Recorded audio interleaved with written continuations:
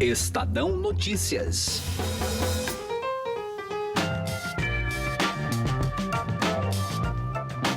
O governo começa a colocar em prática uma promessa de campanha do presidente Jair Bolsonaro: a militarização das escolas públicas. Botaram um coronel como diretor e alguns militares para administrar. O colégio, a nota dos alunos foi lá para cima. E eram colégios em regiões violentas. A molecada é revistada periodicamente, canta o hino nacional, tem aula de educação moral e cívica, chama a professora de senhora e não de tia, se levanta quando o professor entra na sala de aula. Então são pessoas que têm noções fortes de disciplina e hierarquia, o que falta nas escolas do Brasil. O Ministério da Educação lançou uma carta-compromisso para melhorar a educação básica do país. Entre as metas está a ampliação das escolas cívico-militares. O objetivo é criar 108 unidades, 27 por ano até 2023, em regiões consideradas mais carentes. A iniciativa custará R$40 milhões anuais. A justificativa para a aplicação desses recursos é de tentar aumentar o índice de desenvolvimento da educação básica. A militarização das escolas públicas é a solução para melhorar o desempenho dos alunos? Eu sou Gustavo Lopes e este é o Estadão Notícias. No programa de hoje, conversamos com o presidente da Associação de Pais e Mestres do Colégio Militar do Rio de Janeiro sobre o funcionamento dessas instituições.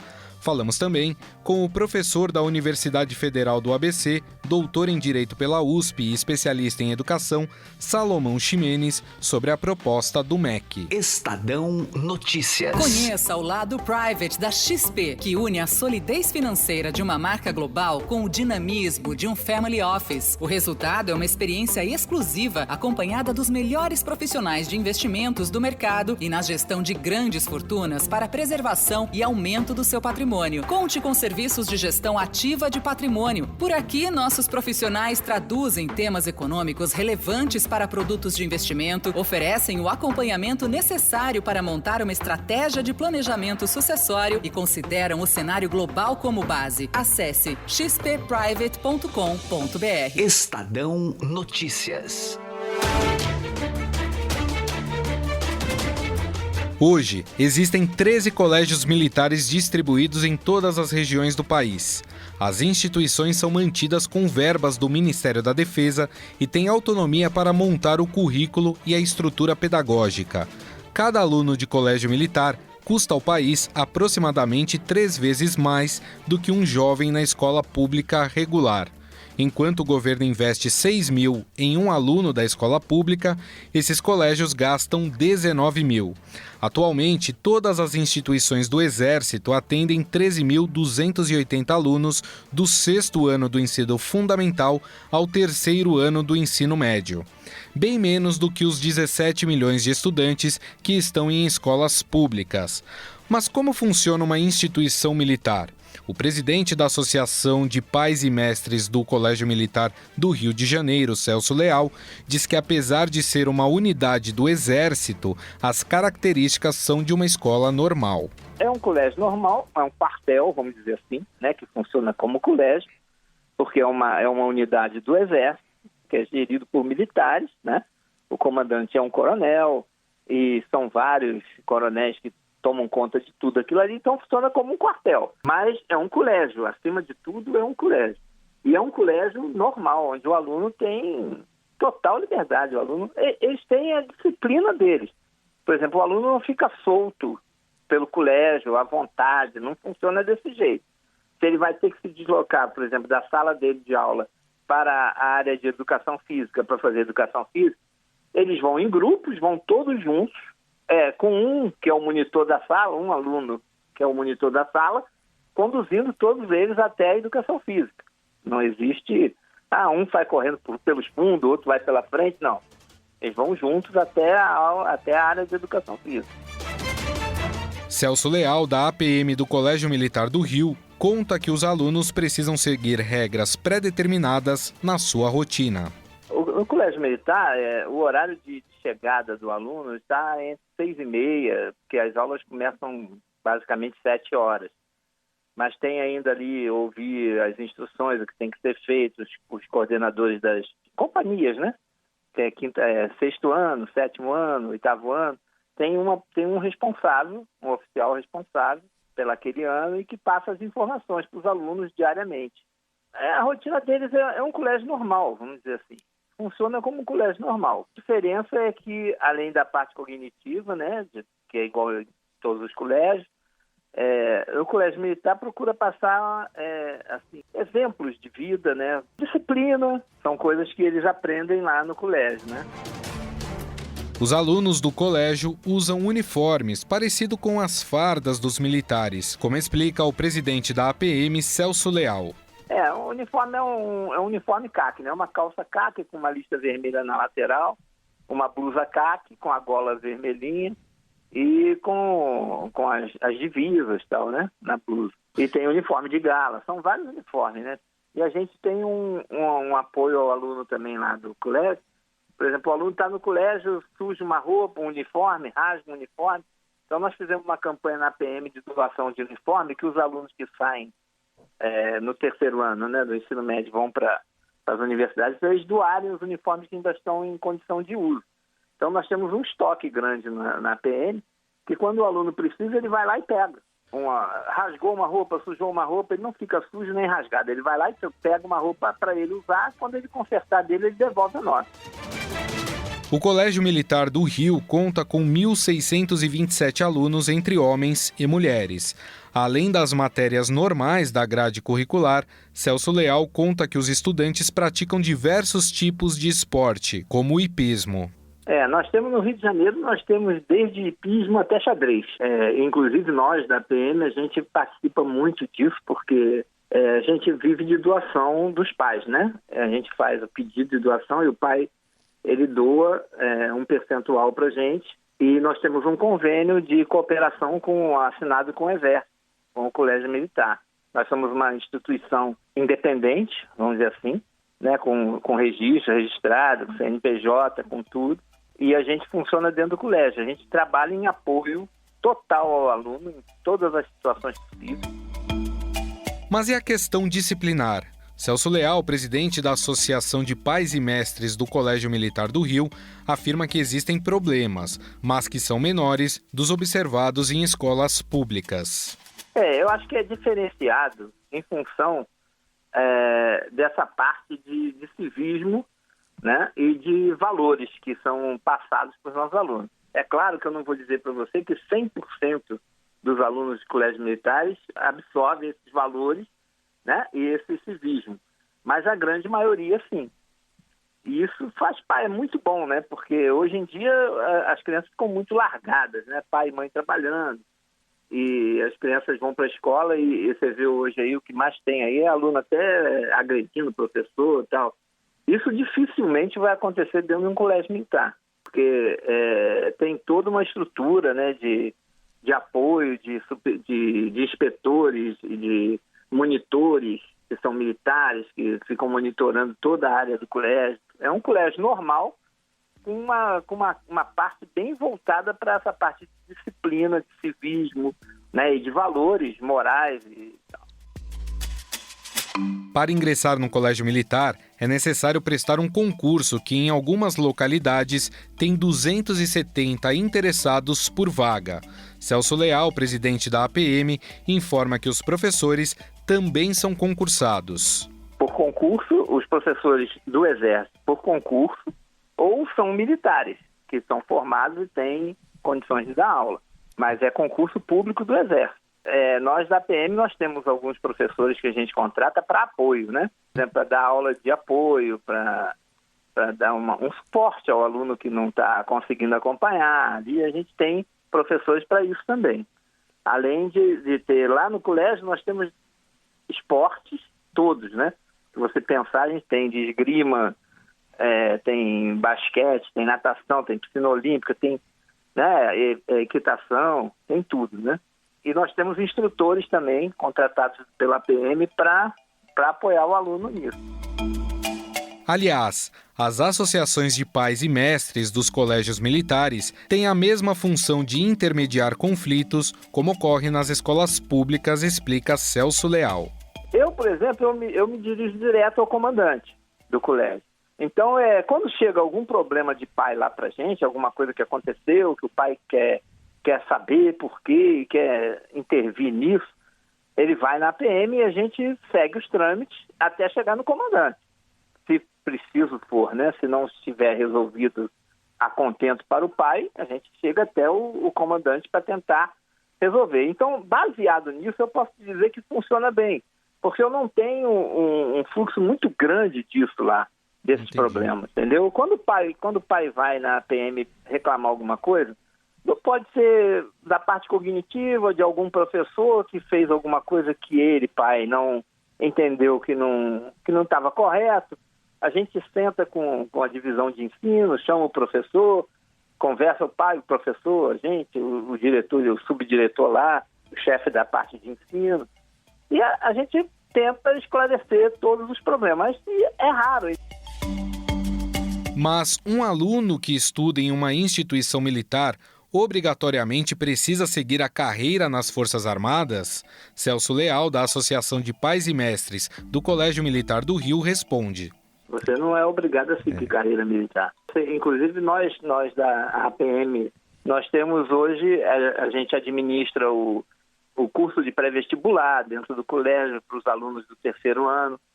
Quer dizer, a gente tem um curso lá onde o pai não paga nada. O aluno estuda em horário contrário, ele estuda de manhã no colégio, à tarde ele faz um pré-vestibular. É preparado para as provas das universidades, dos colégios militares também. E ali ele define o que ele quer, área de humanas, áreas exatas, e aí ele faz aquilo que ele quer fazer. Celso Leal tem exemplos em casa. As suas filhas estudaram no Colégio Militar do Rio. Uma se formou em Direito e a outra seguiu carreira e hoje faz parte da Agência Espacial Brasileira. Em média, os estudantes das instituições militares pertencem a famílias de classe média.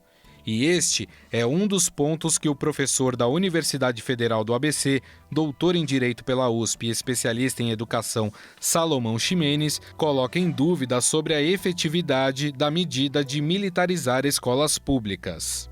Eu não vejo como, porque esse argumento de que as escolas militares, especificamente, elas têm um desempenho em termos de resultados educacionais medidos nas avaliações que são aplicadas aos estudantes mais alto em função de serem escolas militares, ou seja, em função de ter uma pedagogia própria, digamos assim, é um argumento que não tem rebatimento em estudos, em trabalhos que façam esse tipo de mensuração. O que nós temos, na verdade, nesse caso, é o efeito natural, esperado, amplamente documentado na literatura de políticas educacionais, que é o fato de que as escolas militares elas são escolas que atendem a uma elite, a uma parcela muito privilegiada, digamos assim, da população brasileira. Os dados indicam que elas têm um perfil de estudantes que é economicamente muito alto, muito privilegiado, e como se sabe, não só no Brasil, mas no mundo todo, os resultados educacionais, eles têm em grande medida,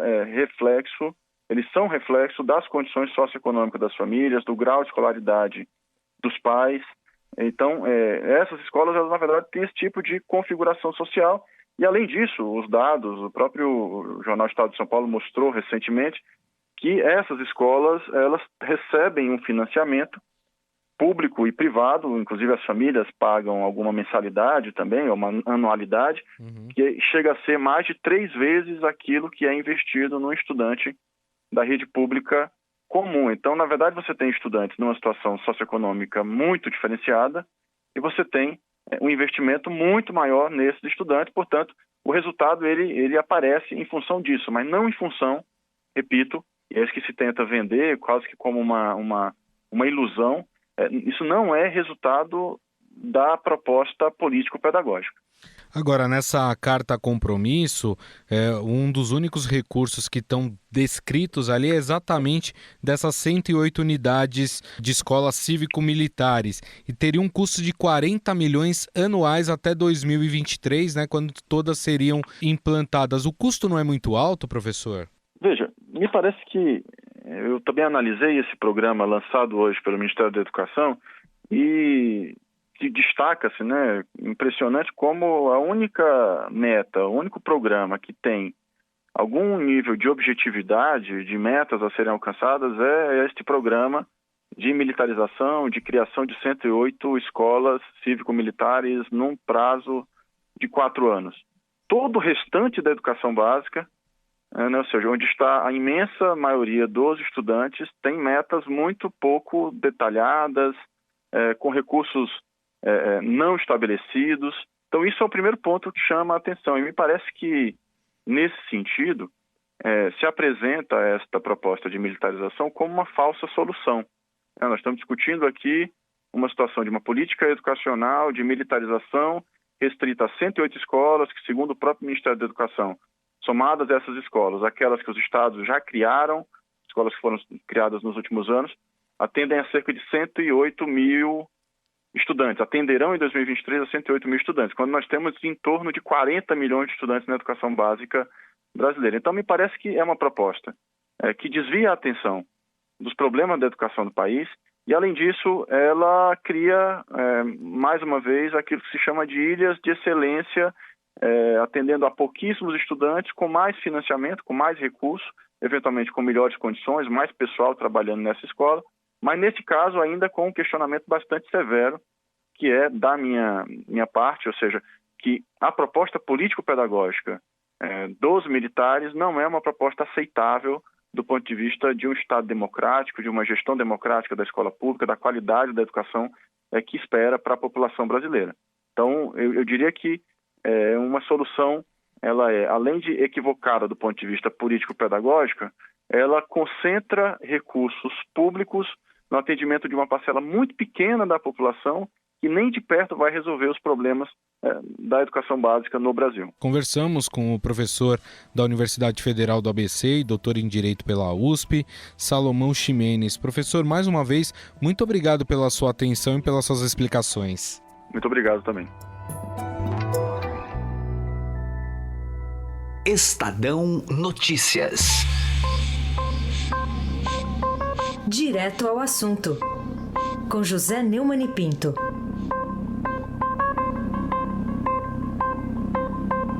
Depois da aprovação em primeiro turno da reforma da Previdência, muita gente andou enchendo exageradamente a bola de Rodrigo Maia, o presidente da Câmara dos Deputados. Rodrigo Maia não se fez de rogado e deu uma longa entrevista para o jornal O Globo, de sua cidade, o Rio de Janeiro, dizendo que para recuperar o seu prestígio, o parlamento brasileiro tem que assumir suas prerrogativas. Olha, o Rodrigo está completamente enganado. O parlamento brasileiro não tem prestígio nenhum com o povo, e ele muito menos, exatamente porque usurpa os outros poderes por se dizer, sem ser o representante do eleitor, do cidadão, o poder que representa a cidadania. Não é verdade. A Câmara dos Deputados é eleita na base do voto proporcional e do voto de legenda, o que afasta e não aproxima o cidadão da representação. A democracia representativa no Brasil é uma farsa. E o que a Câmara até hoje fez e tem feito cada vez mais é usurpar principalmente o poder executivo. E ao poder executivo, aquele que tem os seus mandatários realmente eleitos, prefeitos, governadores e o presidente da República, pelo voto unitário do cidadão. O princípio fundamental de um Estado democrático representativo é cada cidadão um voto. No sistema de voto proporcional do Brasil, onde um eleitor de Roraima tem 13 vezes mais poder do que um eleitor de São Paulo, venha ele de onde vier do Brasil, não pode se pretender ser um poder que represente o cidadão de forma justa. O Rodrigo Maia deve saber disso, mas pensa que engana todo mundo, porque todo mundo é trouxa e só ele é esperto. José Neumann e Pinto, Direto ao assunto. O Estadão Notícias desta segunda-feira vai ficando por aqui. Contou com a apresentação minha, Gustavo Lopes, e montagem de Nelson Volter. O diretor de jornalismo do Grupo Estado é João Fábio Caminoto. Mande seu comentário e sugestão para o e-mail podcast@estadão.com. Um abraço e até mais. Estadão Notícias.